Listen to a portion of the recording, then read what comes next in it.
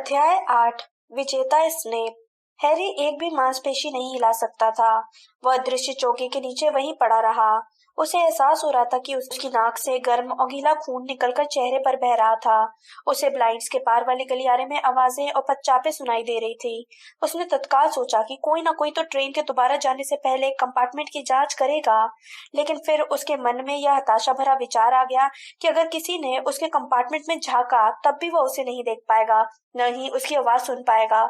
सबसे अच्छी उम्मीद यही हो सकती थी कि कोई चलकर अंदर आए और उस पर पैर रख दे। इस वक्त वहां पड़े पड़े हैरी मैल्फॉय से जितनी नफरत कर सकता था उतनी उसे पहले कभी नहीं हुई थी। वह किसी मूर्ख कछुए की तरह पीठ के बल पड़ा हुआ था और उसके खुले मुंह से खून रिस रहा था। उसने खुद को कितनी मूर्खतापूर्ण स्थिति में डाल दिया था और अब अंतिम पदचापें भी खत्म हो रही थी। अब बाहर अंधेरे प्लेटफॉर्म पर लोगों के चलने की आवाजें आ रही थी।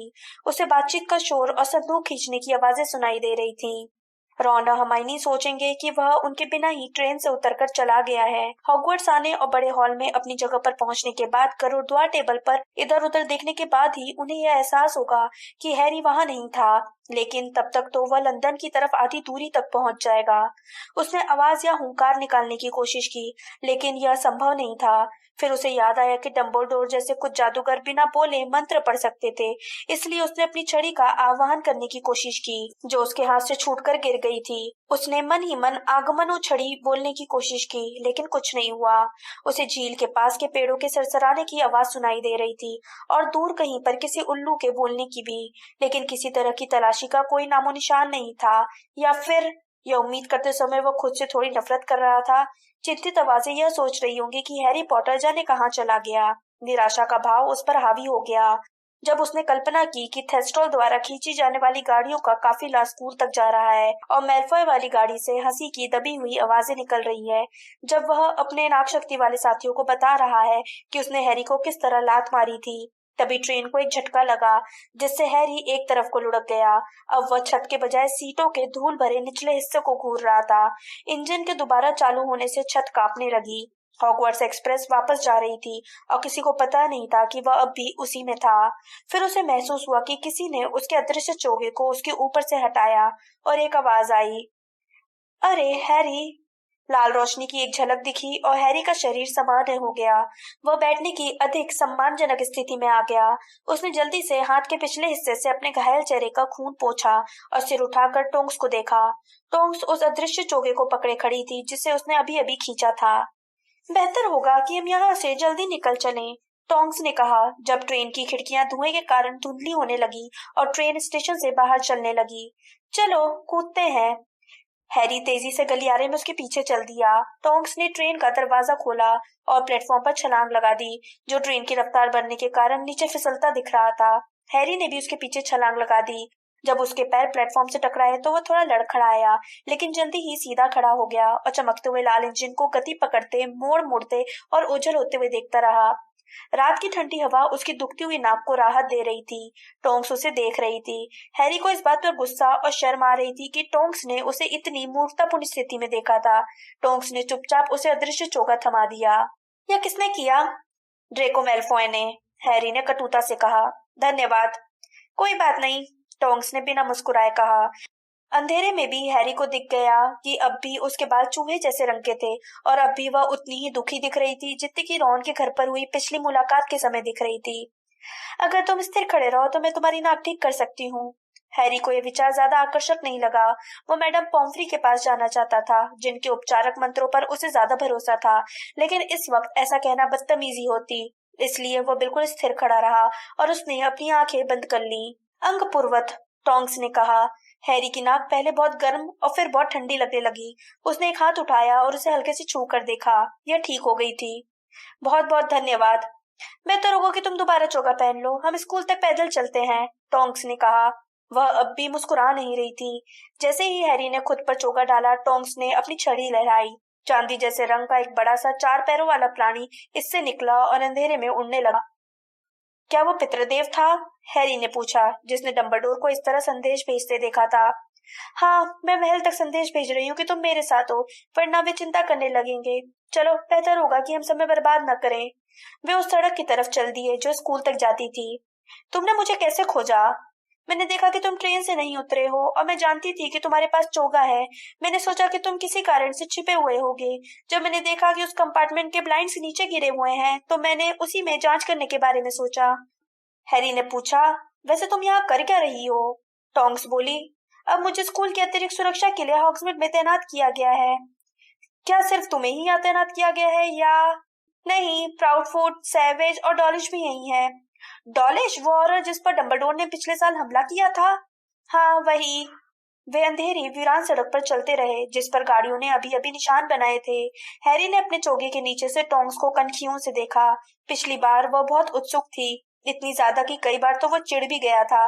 वह खुलकर हंसती थी और हंसी मजाक करती थी। अब वह ज्यादा बड़ी, गंभीर और उद्देश्यपूर्ण लग रही थी। क्या यह सब मंत्रालय में हुई घटना का असर था? उसे हरमाइनी की कही बात याद आ गई कि वह खुद को सीरियस की मौत का जिम्मेदार मानती है। उसे लगा कि उसे किसी तरह से टोंक्स को तसल्ली देनी चाहिए कि इसमें उसकी कोई गलती नहीं थी, लेकिन वह कुछ नहीं कह पाया। वह सीरियस की मौत के लिए उसे कतई दोष नहीं देता था। यह किसी की गलती नहीं थी। अगर किसी की गलती थी तो हैरी की थी, लेकिन वह सीरियस के बारे में बात नहीं करना चाहता था। इसलिए वे ठंडी रात में खामोशी से चलते रहे। टोंक्स का लंबा चोगा उसके पीछे पीछे जमीन पर घिसटता रहा। हमेशा गाड़ी से वहां तक यात्रा करने के कारण हैरी को पहले कभी इस बात का एहसास नहीं हुआ था कि हॉगवर्ट्स हॉग्समीड स्टेशन से कितना दूर था। बड़ी राहत के साथ उसने आखिरकार देखा कि गेट के दोनों सिरों पर ऊंचे खंभे लगे थे जिनके ऊपर पंखदार वराह लगे थे। उसे ठंड लग रही थी, भूख लग रही थी और वह इस नई उदास टोंक से दूर पहुंचने के लिए बेताब था। लेकिन जब उसने गेट खोलने के लिए हाथ बढ़ाया तो पाया कि गेट जंजीर से बंधा और बंद था। अलो मोरा, उसने आत्मविश्वास से कहा और अपनी छड़ी ताले की तरफ की, लेकिन कुछ नहीं हुआ। इस तरह के मंत्र यहाँ काम नहीं करेगा, टोंक्स ने कहा। डम्बलडोर ने खुद इस पर जादू किया है। हैरी ने चारों तरफ देखा। उसे सुझाव दिया, मैं दीवार पर चढ़ जाता हूँ। नहीं, तुम ऐसा नहीं कर सकते, टोंक्स ने सपाट अंदाज में कहा। सभी दीवारों पर घुसपैठ विरोधी मंत्र हैं। इस गर्मियों में सुरक्षा 100 गुनी बढ़ा दी गई है। तो फिर? हैरी अब इस बात पर चिढ़ने लगा था कि वह बिल्कुल भी मदद नहीं कर रही थी। मुझे लगता है कि मुझे यहीं सोना पड़ेगा और सुबह होने का इंतजार करना पड़ेगा। कोई तुम्हें लेने आ रहा है, टोंक्स ने कहा। देखो। महल के पास एक लालटेन लहरा रही थी। हैरी यह देखकर खुश हुआ। उसे लगा कि देर से आने पर वो फिल्च की आलोचना को भी झेल लेगा, जिसमें फिल्च यह कहेगा कि नियमित रूप से सजा देने पर ही वह समय पर आना सीख पाएगा। जब चमकती पीली रोशनी उनसे 10 फुट दूर रह गई और हैरी ने अपना अदृश्य चोगा उतार दिया, तब जाकर उसे शुद्ध नफरत के एहसास के साथ देखा कि आने वाला व्यक्ति कोई और नहीं बल्कि चमकती हुई मुड़ी नाक और लंबे काले चिपचिपे बालों वाले सेवेरस स्नेप थे। ओह ओह ओह, स्नेप ने व्यंग से कहा। उन्होंने अपनी छड़ी लहराकर ताले पर एक बार ठोकी, जिससे जंजीरें हट गई और दरवाजा चर की आवाज करते हुए खुल गया। अच्छा हुआ तुम आ गए पॉटर। हालांकि लगता है तुमने स्पष्ट रूप से यह फैसला कर लिया है कि स्कूल के दुशाले पहनने से लोगों का ध्यान तुम्हारी तरफ से हट जाएगा। मैं दुशाले इसलिए नहीं पहन पाया क्योंकि मैं, हैरी ने बोलना शुरू किया, लेकिन स्नेप ने उसकी बात बीच में ही काट दी। लिम्फेडोरा, इंतजार करने की जरूरत नहीं है। पॉटर मेरे हाथों में बिल्कुल सुरक्षित है, टोंक्स ने त्योरिया चढ़ाकर कहा। मैं अपना संदेश हैग्रिड तक पहुंचाना चाहती थी। पॉटर की ही तरह हैग्रिड को भी टर्न के शुरुआती जश्न में पहुंचने में देर हो गई है, इसलिए वो संदेश मैंने ले लिया। स्नेप ने हैरी को निकलने की जगह देने के लिए पीछे हटकर खड़े होते हुए कहा। वैसे मुझे तुम्हारे नए पितृदेव को देखकर काफी हैरानी हुई। उन्होंने जोरदार धमाके के साथ गेट टोंक्स के मुंह पर बंद कर दिया और जंजीरों को अपनी छड़ी से दोबारा ठोक दिया, जिससे वे फिर से अपनी जगह पर आ गई। मुझे लगता है कि तुम्हारा पुराना वाला पितृदेव ज्यादा अच्छा था, स्नेप ने कहा और उनकी आवाज में दुर्भावना साफ झलक रही थी। नया वाला कमजोर लगता है। जब स्नेप ने हैरी की तरफ लालटेन लहराई तो हैरी ने एक नजर में देख लिया कि टोंक्स के चेहरे पर सदमे और गुस्से का भाव था। फिर वो अंधेरे में खो गई। गुड नाइट, हैरी ने टोंक से कहा जब वो स्नेप के साथ स्कूल की तरफ जाने लगा। धन्यवाद हर हर चीज के लिए। मिलते हैं हैरी। स्नेप एक मिनट तक कुछ नहीं बोले।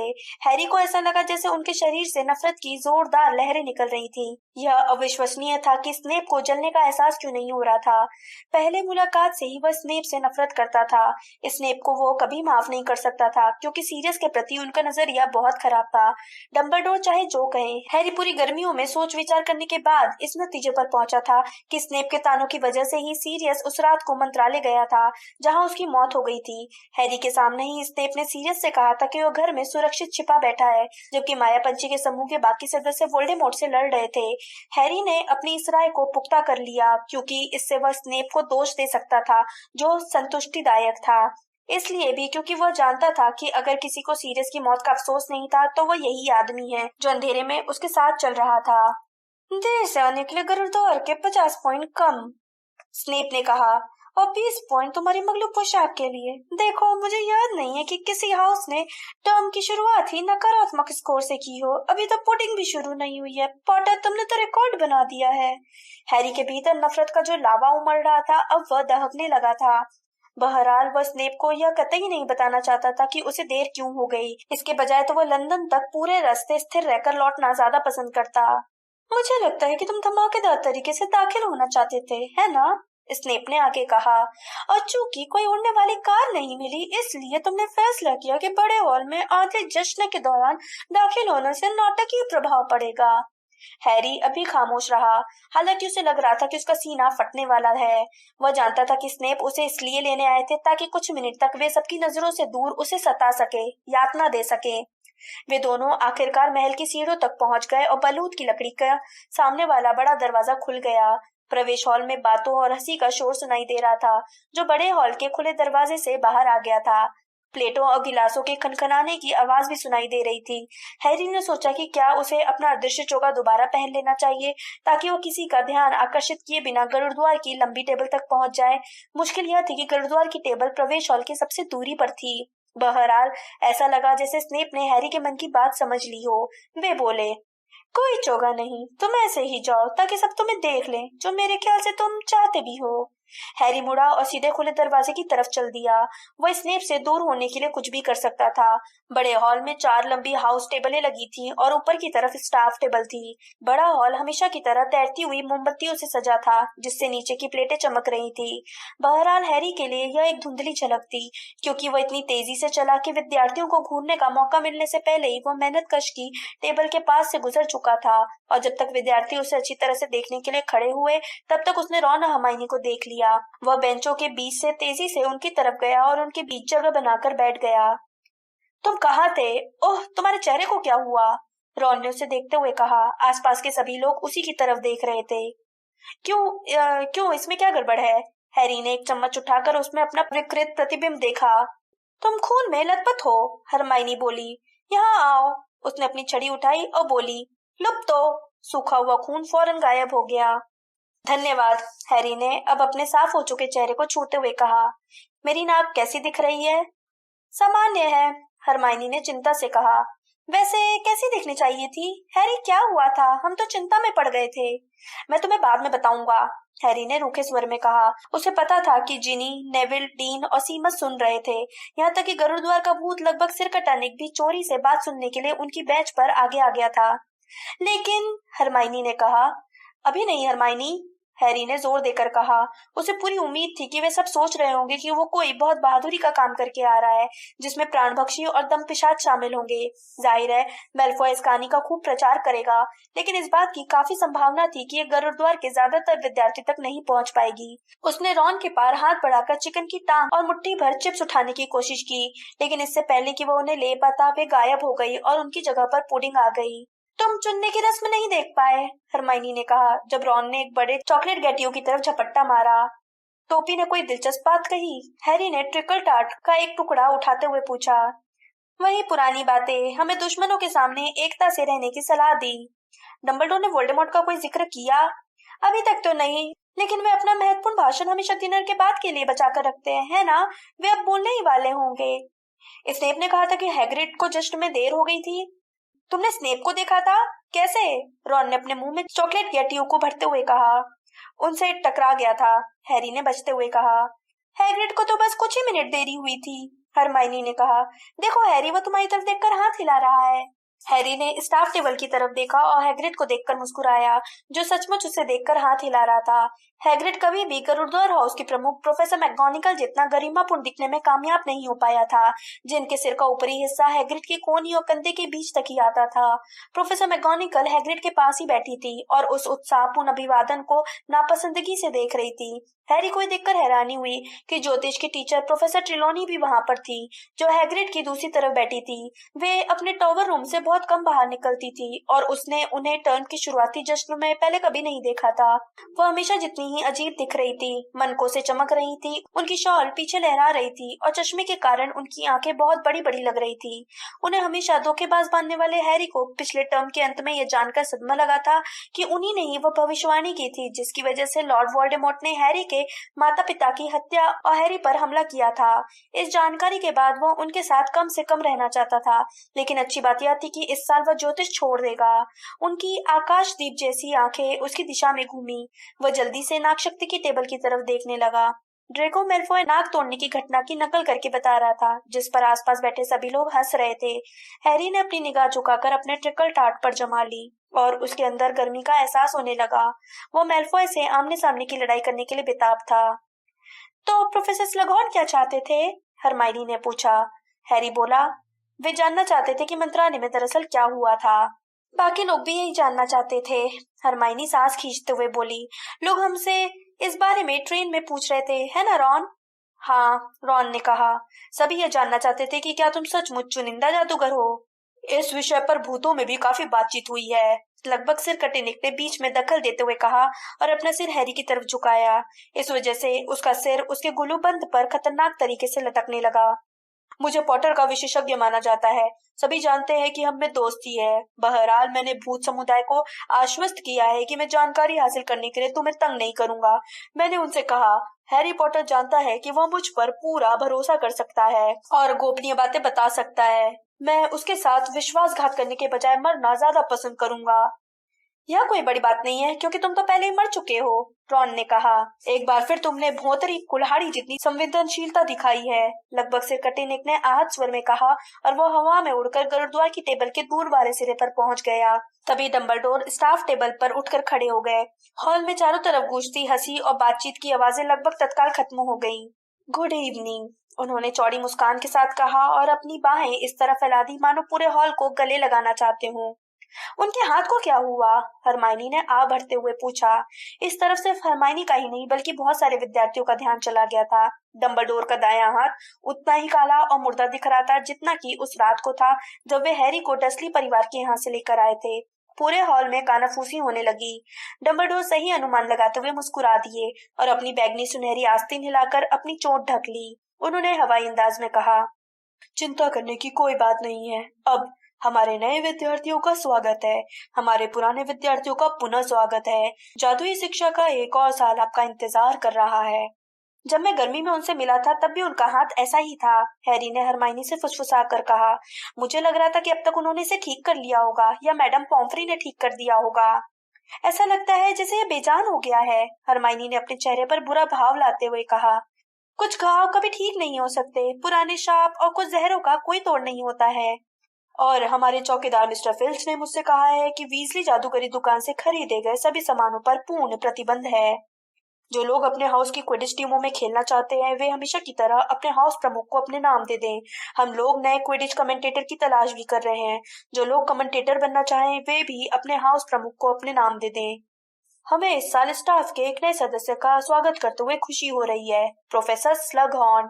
स्लगहॉर्न खड़े हो गए और उनका गंजा सिर मोमबत्ती की रोशनी में चमकने लगा।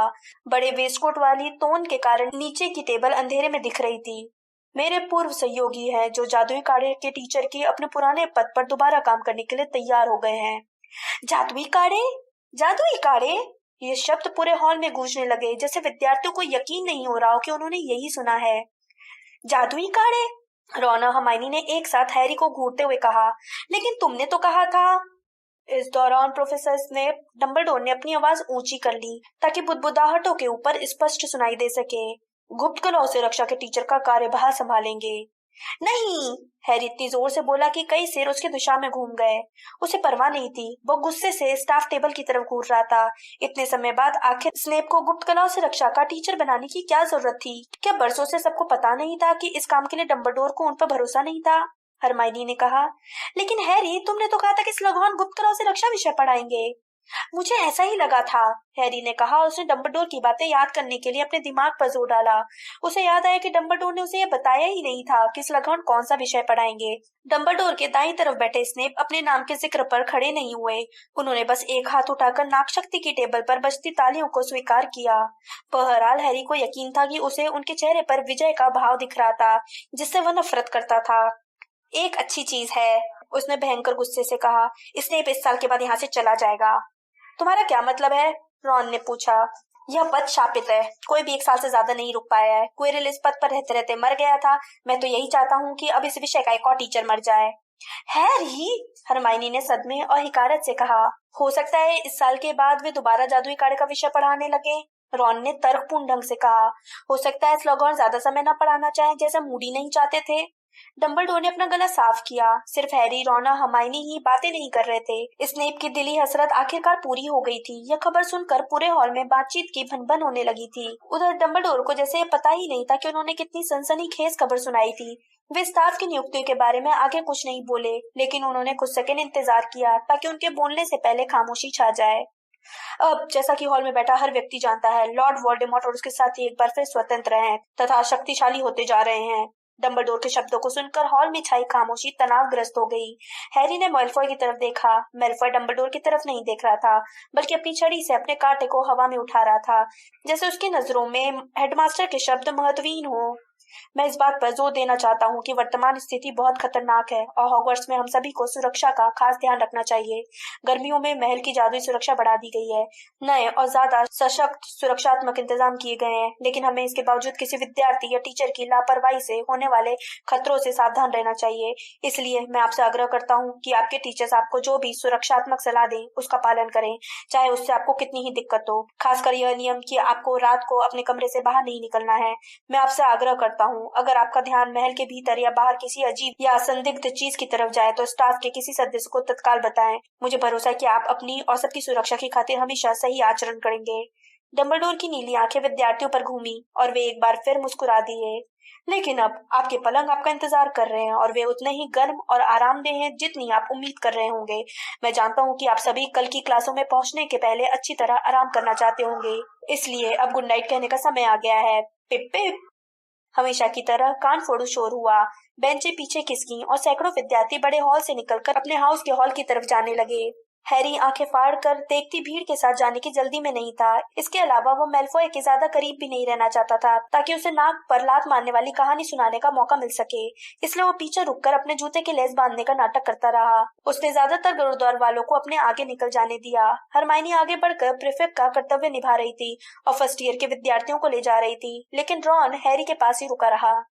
तुम्हारी नाक को क्या हुआ था? उसने पूछा जब वे हॉल से बाहर जाती भीड़ के पास निकले। वे बाकी सबसे इतनी दूर थे कि कोई उनकी बात नहीं सुन सकता था। हैरी ने उसे बता दिया। यह उनकी दोस्ती की मजबूती का सबूत था कि रॉन यह सुनकर नहीं हंसा। रॉन ने कटु स्वर में कहा, मैंने मैल्फॉय को नाक के बारे में कोई नाटक करते देखा था। हाँ देखो, उसकी परवाह मत करो, हैरी ने कटुता से कहा। जरा सुनो तो सही, वो मेरे होने का पता चलने से पहले क्या कह रहा था। हैरी को उम्मीद थी कि मैल्फॉय की बातें सुनकर रॉन स्तब्ध रह जाएगा। हैरी को यह मंदबुद्धि की निशानी लगी, लेकिन रॉन जरा भी प्रभावित नहीं हुआ। छोड़ो भी हैरी, वो तो सिर्फ पार्किंसन के सामने शान झाड़ रहा था। तुम जानते हो कौन उसे कौन सा काम दे सकता है।